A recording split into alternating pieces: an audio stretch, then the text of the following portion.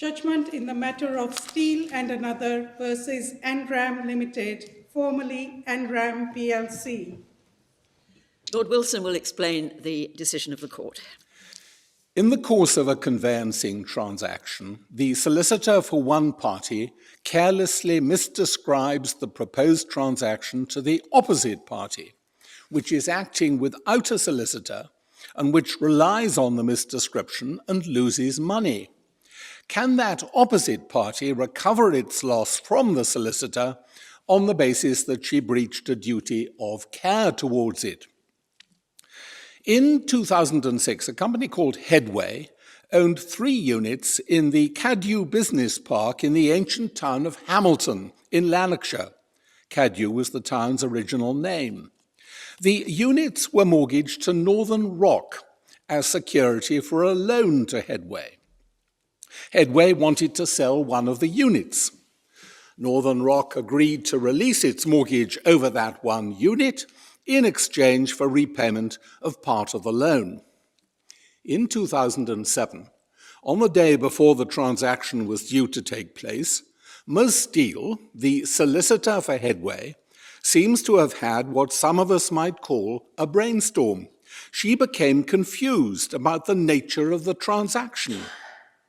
She wrongly told Northern Rock by email that the whole of its loan was to be repaid, and so she attached draft deeds which she invited Northern Rock to execute and to email back to her by return, by which it was to release its security over all 3 of the units.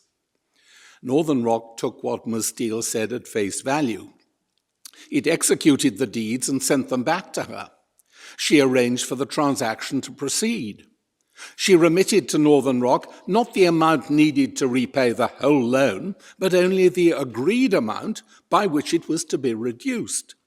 Northern Rock never queried the amount.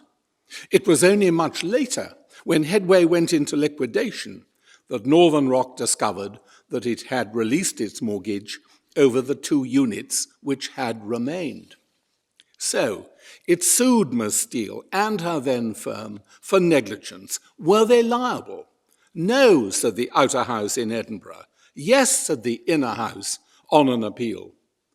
On this further appeal, we say no. The law on this is the same in all parts of the UK. The basic rule is this: if, when you're not in a contractual relationship with someone, you make a careless misrepresentation to him, which leads him to suffer economic loss, you're liable to make good his loss only if, in making the representation, you assumed responsibility for it towards him. For unless you assumed responsibility for it, you didn't owe him a duty of care, and liability for negligence wouldn't then arise. So, did Ms. Steele assume responsibility towards Northern Rock when, in the email, she so astonishingly misdescribed the transaction? The cases say that you don't assume responsibility for a representation unless it's reasonable for the recipient to rely on it, and unless it's reasonable for you to foresee that he will do so. They also show that it's rare for a party to a proposed arm's-length transaction or his solicitor to assume responsibility to the other party for what she or he may say. For in that context, it's inherently unlikely to be reasonable for the other party to rely, without inquiry, on what the first party or his solicitor says. We hold that it wasn't reasonable for Northern Rock to have relied, without inquiry, on Ms. Steele's representation, and that, in failing to foresee that it would do so, she didn't act unreasonably. Northern Rock knew perfectly well what the terms of this transaction were. It had itself calculated and proposed the sum, in exchange for which it had agreed to release its mortgage on the one unit which was being sold.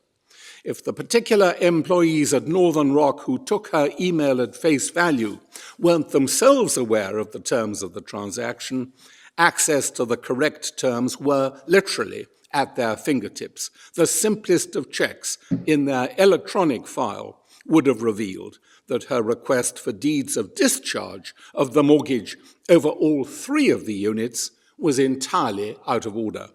So today, we allow the appeal brought by Ms. Steele and her firm.